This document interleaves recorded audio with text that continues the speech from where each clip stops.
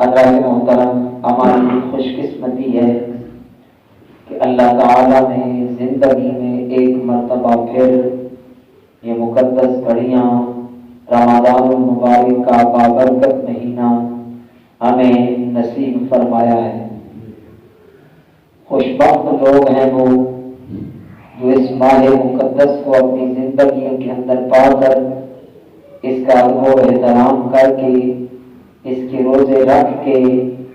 اپنے رب سے اپنے گناہوں کی معافی طلب کرتے ہیں اور یہ برکتیں اور رحمتیں سمیٹتے ہیں۔ بدبختی ہے ان لوگوں کے لیے جو یہ مقدس مہینہ پا کر بھی اپنی بخشش نہیں کرواتے۔ حضور رحمت عالم صلی اللہ تعالی علیہ وسلم کی بہت ساری احادیث مبارکہ اس ماہ مقدس کی نسبت سے ہیں، اس کی شان اور رفعت، اس کا مرتبہ، اس کی بلندی، اور ہر لمحہ جو اللہ تعالیٰ اس ماہ مقدس کے اندر مسلمانوں پہ اپنی رحمتوں کا نزول فرماتا ہے، اس کا ہر لمحہ برکتوں اور رحمتوں سے بھرا ہوا ہے۔ اس کے اندر عبادت کرنا تو بہت بڑا ثواب ہے۔ اس کے اندر بندہ روزہ رکھ کے اگر نیند کرے پھر بھی اللہ تعالیٰ اسے ثواب اور اجر عطا فرماتا ہے،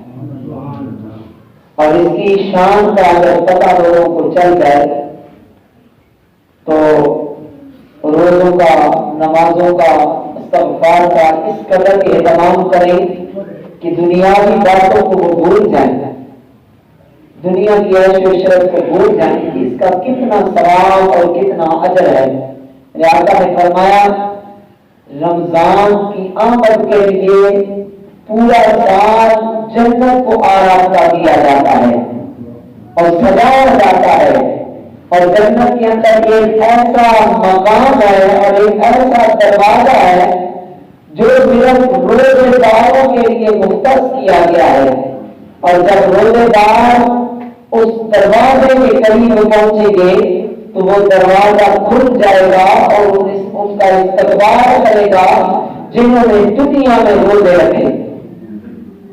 روزے رکھنا بہت بڑا ثواب اور اجر کا کام ہے۔ اس کے اندر اللہ تعالیٰ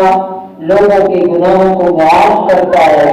اور نیکیوں کے اندر اضافہ کر کے بڑھا کے اس بندے کے درجات میں بلندیاں عطا کرتا ہے۔